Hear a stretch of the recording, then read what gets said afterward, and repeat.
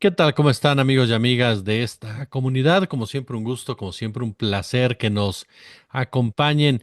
Pues caray, vaya situación la que se está viviendo en diferentes frentes que requiere como siempre un análisis profundo, desde el peso específico que tiene la cuarta transformación, el gobierno encabezado por el partido Morena, la doctora Claudia Sheinbaum, en este avance de la ultraderecha en diferentes regiones. Acabamos de ver la toma de protesta precisamente de uno de sus principales representantes y también todo el tema de la narrativa ahora con la participación activa de personajes como Musk, como Bezos, como el propio Zuckerberg de manera ya pública a favor de un movimiento. Voy a platicar con la analista, con la periodista Sasi Alejandre, que se encuentra aquí con nosotros. Sasi, ¿cómo estás? Muy bien, Jesús, muchas gracias por invitarme. No, hombre, el honor es totalmente nuestro. Oye, pues yo lo primero que te preguntaría precisamente tiene que ver con esto. Hay un avance de la ultraderecha, los resultados electorales le beneficiaron el año pasado. Parecería que América Latina, particularmente el caso concreto de México y de otras regiones, de otros países, es como una especie de dique. ¿Cómo entendemos precisamente este movimiento en el mapa geopolítico en torno a estos dos conceptos que existen? Bueno, yo creo que se está hablando ya desde hace unos años, concretamente desde la primer presidencia de Donald Trump, de la ultraderecha. Algunos lo llaman neofascismo, otros lo llaman extrema derecha. Hay mucho debate dentro de la izquierda sobre cómo llamarlo, algo que desde algunos espacios se dice que son preguntas que no nos tenemos que molestar en hacernos porque precisamente ellos son los que no se han molestado. Pero también es cierto que hay que entender que la ultraderecha moderna y el fascismo de antes, que tiene muchas diferencias, pero también muchos paralelos, pues es siempre un patrón que se repite a lo largo de la historia en los momentos en los que el capitalismo ha llegado a un punto de inflexión, a un momento de crisis. Eso ya lo dijo desde Lenin, lo volvió a decir Gramsci, que es precisamente en ese interregno en donde está muriendo un viejo mundo y no nace todavía el nuevo en el que surgen estos monstruos que se les podría llamar. Entonces, esta extrema derecha surge en todo el mundo, surge concretamente en Estados Unidos, pero, por ejemplo, ahora en Europa está impregnando la mayor parte de los países. España ahora mismo es uno de los únicos países en donde gobierna una socialdemocracia. Y aún así tenemos a un Vox y a un Partido Popular que se están alineando cada vez más con estas consignas, pero no solo. Y eso creo que es clave entender en este contexto que no habría una extrema derecha si no hubiese una socialdemocracia que le está atendiendo ese tapete. Entonces, hay muchos que hablan sobre una extrema derecha que no se entiende sin una política de izquierdas fallida, ¿no? Se dice desde hace mucho tiempo, desde ese primer fascismo, que no se entendería el fascismo si no hubiese una revolución truncada antes. Entonces, eso lo podemos ver, pero yo no diría revolución, sino en el momento de ahora, es más bien una socialdemocracia que falla en darle a la gente lo que verdaderamente necesita, ¿no? ¿Por qué nace esa socialdemocracia en un primer momento? Pues nace para frenar las revoluciones. Nace porque la gente tiene un descontento natural con el capitalismo y con las políticas de derecha, entonces quiere una alternativa y nace la socialdemocracia para que esa alternativa no llegue por la vía insurreccional, sino que llegue por las urnas. Entonces, la socialdemocracia así nace para ser la izquierda que la derecha política necesita. Porque también hay que entender que es la socialdemocracia la única que puede hacer políticas de derecha sin que el mundo arda. Cuando un fascista hace políticas fascistas hay descontento, pero cuando un socialdemócrata hace políticas fascistas hay el beneficio de la duda, ¿no? Ya lo decía Margaret Thatcher, que su logro político más grande fue Tony Blair, que era un político laborista de la supuesta izquierda, pero que implementaba las políticas neoliberales a la perfección.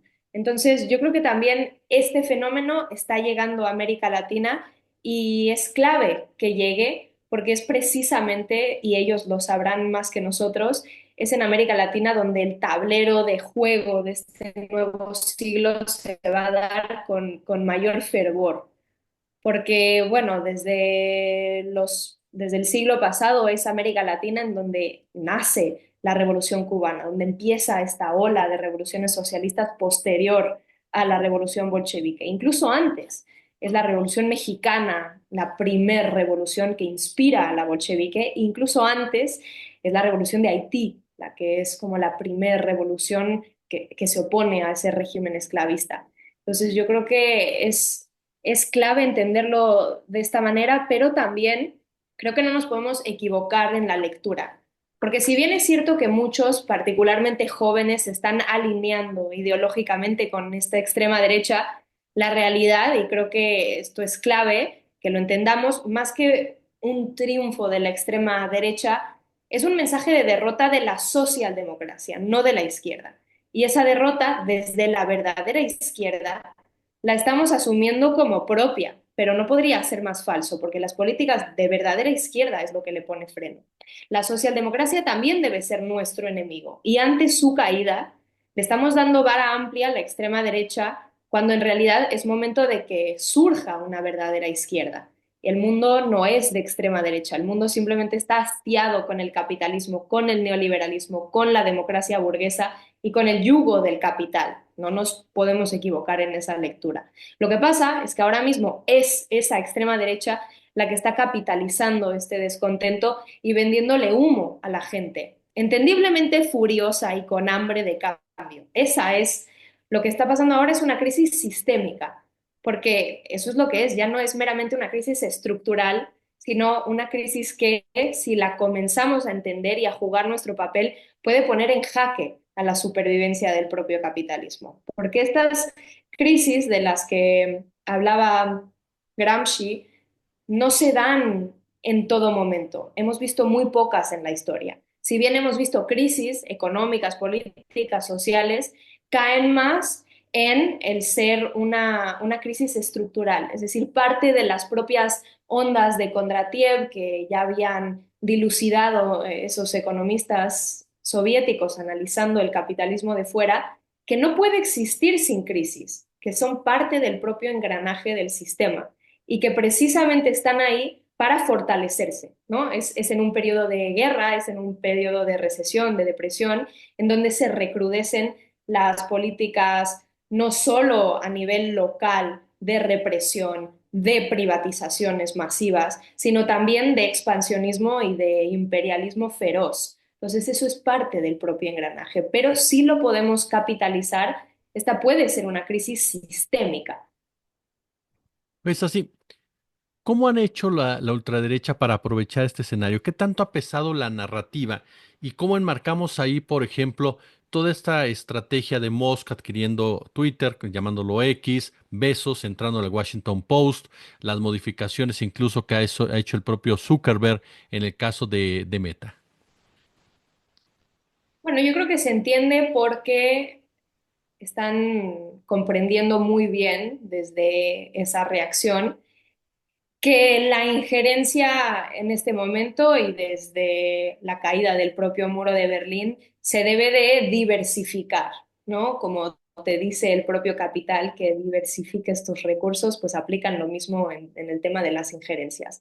Entonces, si bien no se elimina la variante militar, como muchos pensaron cuando nace esta guerra suave, no se elimina, pero sí se acompaña de otras vertientes, que son en el frente judicial, en el frente mediático, en todo lugar donde esté el pueblo tienen un brazo de injerencia. Entonces, bueno, el poder judicial se pensó como este grandísimo bastión de libertad en esa separación de poderes que nace con el propio Estado liberal, en el que se va a poder tener un arma contra líderes déspotas que puedan ejercer su dominio completo, pero lo que vemos es que es el caso opuesto, que el poder judicial está hecho para prevaricar sistémicamente. En Europa se ve, en España particularmente, con un poder judicial completamente cooptado por esa reacción y por ese capital en el que está creado para bloquear partidos de izquierda, para bloquear eh, cualquier movimiento social, cualquier reforma social, y en el propio México lo vemos clarísimamente. Por eso es que era tan necesaria la reforma al Poder Judicial, porque todo este tiempo había servido para no solo impulsar reformas como la reforma energética de Calderón y luego la de Peña Nieto, en donde prácticamente se vendió la energía del país a empresas españolas como Iberdrola, pero también para frenar reformas sociales, ¿no? Muchas de las reformas que está logrando impulsar ahora mismo Claudia y que cerca del fin del sexenio de AMLO se impulsaron con mayor fuerza, fueron sistémicamente derrotadas todo el sexenio pasado, porque teníamos ese poder judicial cooptado. Y no es un accidente, y no es propio de algunos países, estados fallidos, como los llamaría Estados Unidos, sino que era parte del propio sistema.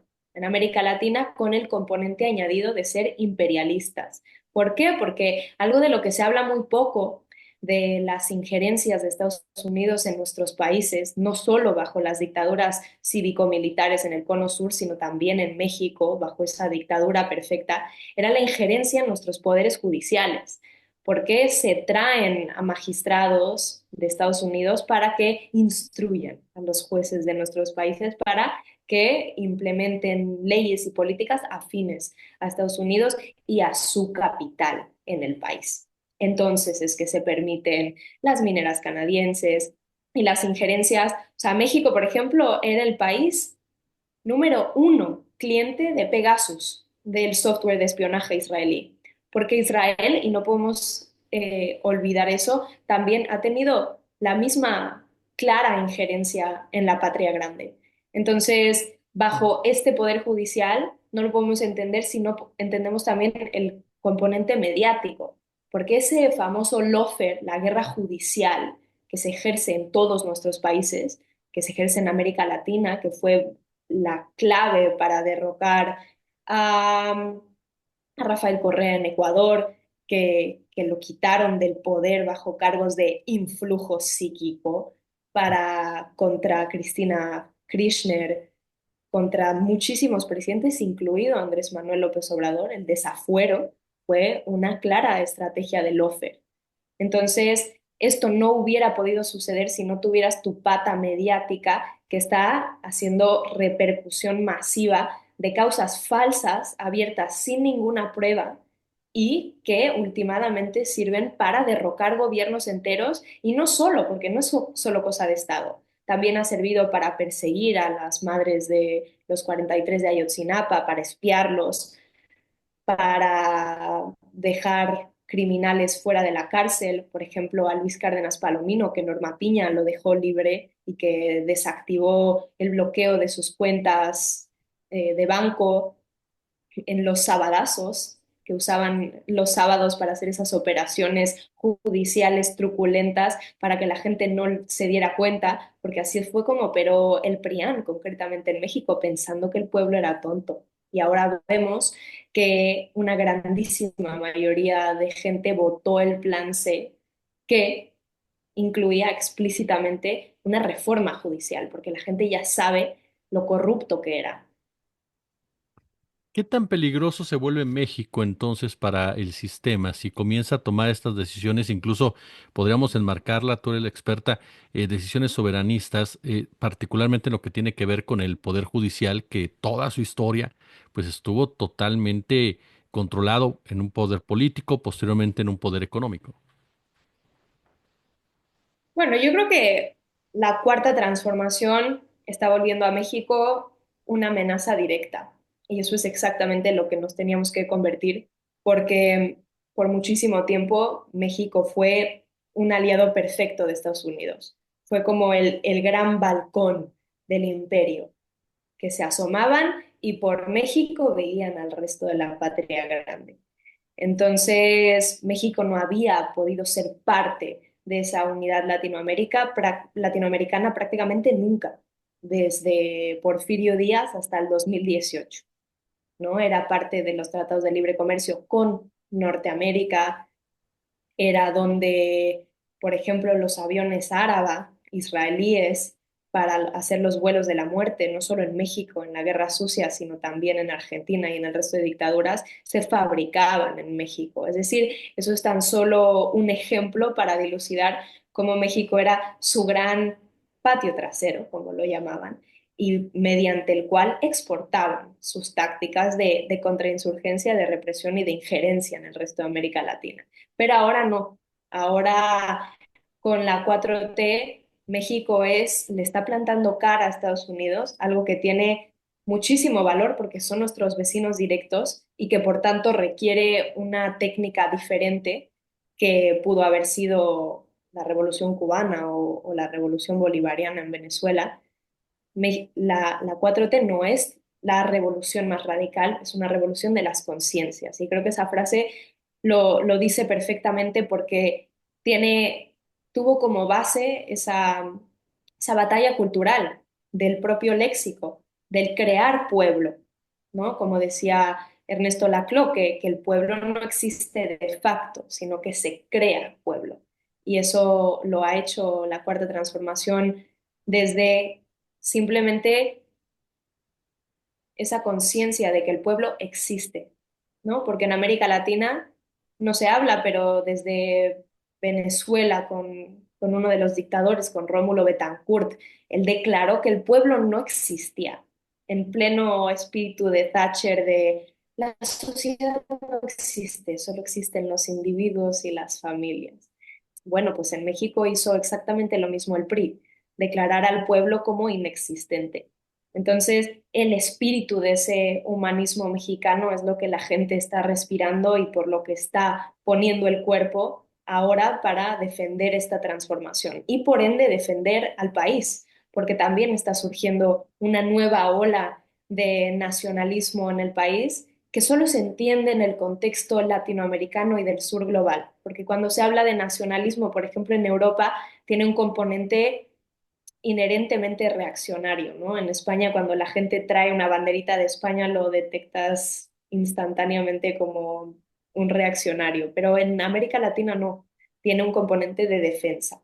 Entonces vemos a muchísima gente que en el informe de los 100 días de gobierno tenía pancartas de yanquis fuera y de la frase de Claudia de cooperación sí, pero subordinación nunca, ¿no? Porque está viendo esta nueva conciencia, no solo como parte de América Latina, que es algo que AMLO empezó a hacer, ¿no? En el espíritu de Chávez en su aló presidente, sus conferencias de domingo, AMLO también en sus mañaneras hablaba del bloqueo a Cuba, de literatura latinoamericana, es decir, enmarcó a México en ese contexto de patria grande que nunca se había visto antes. Y concretamente en el tema de las reformas, bueno, la reforma judicial no solo es un hito para México, es un hito para el mundo, porque ya quisiera España poder decir lo mismo de tener una reforma al Poder Judicial, a uno de los bastiones de ese régimen del 78, eh, hijo primogénito de la dictadura franquista. Y en América Latina se está expandiendo ya, o sea, como la pólvora. O sea, lo vemos ahora mismo en Venezuela. Acaba de ser hace tan solo unos meses una elección por voto popular de jueces, se llaman jueces de paz en las comunas. Entonces, las comunas, que es el gran bastión del socialismo bolivariano, están eligiendo por primera vez sus jueces democráticamente, como lo está haciendo México. Pero no solo, yo creo que también hablando de reformas concretas, se habla de esta reforma judicial, pero también podemos ver algo que la gente no suele mencionar, que es la insistencia en prohibir el maíz transgénico, por ejemplo. La gente piensa que es algo simbólico, pero no es en lo más mínimo. Está ahí junto con la reforma judicial. Porque los alimentos transgénicos, por ejemplo, fueron una de las razones para la invasión de Irak, además de asesinar a un Saddam Hussein cuyas políticas le eran incómodas a Estados Unidos, además de que los yanquis querían robarse todo el oro iraquí y convertir al país en un estado proxy de los Estados Unidos en pleno Medio Oriente, pues en la invasión de Irak, Monsanto, que es la gran corporación de los alimentos transgénicos, tuvo un papel clave. Se empezaron a perseguir a punta de fusil a los agricultores iraquíes que guardaban, que conservaban o que distribuían semillas. Eso era ilegal. Los llamaban piratas semilleros. Esto para que tuvieran que depender al 100% de Monsanto, que arrasó con los cultivos, metiendo sus químicos severamente dañinos para la salud, para la salud de la gente, para la salud de los animales, de la propia tierra. Es decir, para destrozar la soberanía alimenticia. Y bueno, ahora el TEMEC acaba de declarar a México perdedor en la disputa por eliminar el maíz transgénico del país. Es decir, un tratado de libre comercio creado y regido por Estados Unidos favorece a nada más y nada menos que Estados Unidos en una disputa. Pero aún así, la presidenta dijo que en febrero le darían la vuelta a esta resolución. Además de implementar el nuevo programa social, el de Cosechando Soberanía, que no es cosa menor. Y además lo están entendiendo la importancia de la soberanía alimenticia en otros procesos de América Latina. Venezuela, por ejemplo, produce el 97% de los alimentos que consume. Es una locura. Finalmente es así preguntarte, no puedo dejar de hacerlo. ¿Qué representa Donald Trump? ¿Qué representa Donald Trump en todo este escenario? El trumpismo como tal, que está ahí ya con Vance, que está ahí con los multimillonarios como Peter Thiel. ¿Qué representa Trump en este momento, en toda esta discusión?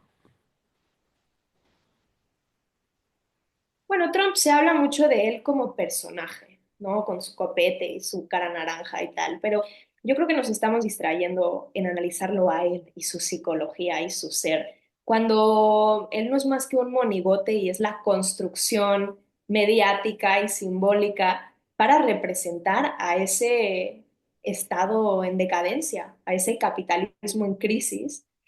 Entonces, como bien hace un imperio agonizante, muere matando. Entonces, lo que está haciendo Trump con el resto del mundo es básicamente volver a renacer ese siglo XX de invasiones, de injerencias y de guerras, que ya lo está haciendo, que no podemos perder de vista al genocidio en Palestina, que sigue vigente aún con un alto al fuego temporal. Entonces, Trump, bueno, ya lo dijo, sus intenciones para América Latina son claras y lo vemos desde la importancia que le está dando, simbolizada en, por ejemplo, el nombramiento de Marco Rubio como el gran director de las relaciones internacionales y de la política exterior de Estados Unidos, que es un exiliado cubano profundamente reaccionario que estuvo con Guaidó apoyándolo para intentar tomar posesión en Venezuela como presidente títere de los Estados Unidos. Es decir, tiene los ojos puestos absolutamente en América Latina. Ahora, digo, ya es un hecho que los cárteles de la droga están catalogados como organizaciones terroristas, los cárteles mexicanos. Entonces va a intentar usar el R2P, el Responsibility to Protect, que es algo de la ONU, pero que se ha usado para invadir Libia, Yemen, el Congo, porque supuestamente es la responsabilidad para proteger a las poblaciones de genocidio, de crímenes de guerra. Me pregunto por qué no están en Palestina, sería una buena pregunta. Por ejemplo, va a intentar usar el Patriot Act, que es esa gran ley que se creó a partir de los ataques a las Torres Gemelas, pero que históricamente ha servido para tan solo meses después invadir Irak, para justificar la invasión de Afganistán, etcétera, etcétera. Entonces, ahora nos escandalizamos con esas derechas entreguistas, como bien lo dijo Claudia Sheinbaum, traidores a la patria, pero no son nuevos. No se podría entender ninguna de las dictaduras en el Cono Sur sin haber tenido connivencia con las personas del propio país. Entonces, yo creo que más que analizar lo que va a pasar con Trump y creo que estamos perdiendo mucho tiempo en hacer chistes y en hacer ironías con ese personaje tan bizarro, cuando ese no es el punto. Cuando el punto más allá de todo esto, sobre todo en nuestra región, que ya dije va a ser clave, es precisamente ver estrategias conjuntas, ¿no? De unidad latinoamericana. Eso es lo que tenemos que avanzar. Creo que la 4T por eso tiene un papel crucial, porque desde México, tan cercano a Estados Unidos y con una presidenta como lo es Claudia Sheinbaum, que le está plantando cara a ese imperialismo, pues tenemos que ser justamente nosotros los que unamos a una patria grande, que podemos hacerlo. Podemos hacerlo por nuestra posición geopolítica y por nuestro rol clave en esta nueva unión, que ya se intentó hacer muchas veces, desde Bolívar hasta José Martí, hasta Chávez, que hizo el ALBA, que hizo el UNASUR, que hizo el Banco del Sur, que hizo el CELAC, y que fueron estas garras del imperio que se estuvieron infiltrando para prevenir esta unidad latinoamericana. Porque el mayor miedo de Estados Unidos es la unión de los pueblos que pretende subyugar. Entonces es que, primeramente, afianza los tratados de libre comercio con todas estas naciones para que tuvieran incentivos de deseo, de ¿por qué me voy a unir a esto si me puedo unir a los grandes? Luego cooptó a estos países mediante el offer, derrocó gobiernos en Argentina, derrocó gobiernos en básicamente todos estos países para que poco a poco se fueran saliendo, por ejemplo, del UNASUR, ¿no? O sea, ponen a Sebastián Piñera en Chile, se sale del UNASUR. A Bolsonaro en Brasil, se sale del UNASUR. A Duque en Colombia. Y además, mediante exactamente lo que está haciendo ahora mismo, que es poner bases militares. La gran ruptura del UNASUR fue Álvaro Uribe en Colombia, que aceptó que se pusieran bases militares en su país. Y eso está haciendo ahora mismo Noboa, está haciendo ahora mismo Milei. Entonces, tenemos otro rol clave como México en esta unidad, porque algo de lo que no se habla de los grandes hitos de la Cuarta Transformación va a ser el corredor interoceánico en el Istmo de Tehuantepec, que es un proyecto que ya había planteado Porfirio Díaz y que Estados Unidos le dijo, no, ya tengo mi canal de Panamá, y él como fiel lacayo lo paró. Entonces, ahora AMLO lo planteó como un bastión de soberanía. ¿Por qué? Porque el gran canal para pasar la mercancía a América es el canal de Panamá, excepto, y por eso mismo Estados Unidos lo quiere invadir, excepto que el canal de Panamá, por el cambio climático, entre otras razones, va a dejar de funcionar en breve, entonces tiene que buscar otras alternativas. Y por eso es que pone a Milei en Argentina, eso no es una coincidencia, porque el estrecho de Magallanes es perfecto para hacer un corredor bioceánico. Entonces es que necesita, porque un imperio muriéndose necesita todo lo que puede obtener, no le va a ser suficiente tener Panamá y tener Argentina, sino que también quiere México. Entonces es que se entienden todas las operaciones para derrocar a la Cuarta Transformación. Y por eso es que nosotros, si tenemos ese corredor, podemos y tenemos la batuta para volver a hacer las iniciativas de Chávez, hacer las iniciativas bolivarianas en el sentido de Simón Bolívar, de unidad latinoamericana, que México nunca fue parte de eso, ni siquiera desde Bolívar. Entonces, es bajo este liderazgo moral, económico, político y obviamente antiimperialista que México debe liderar esta nueva este nuevo paso que es necesario, porque la cuarta transformación fue una buena idea en su momento, pero ahora es necesaria, no solo para México, sino para América Latina. Y ahora nos toca no ser, como había dicho José Martí, militantes de patria chica, es decir, que solo vemos a nuestro territorio, sino que tenemos que ver a toda América Latina. Ese debe ser nuestro cometido como miembros como ciudadanos de México, como militantes de la 4T y como militantes de una América Latina soberana y latinoamericanista. Pues sí, Alejandre, de verdad ha sido un verdadero placer platicar contigo, escucharte y aprender de ti. Ahí lo tiene usted, amigos y amigas de esta comunidad, a esta gran periodista y analista. Muchas gracias por estos minutos. No, muchas gracias a ti.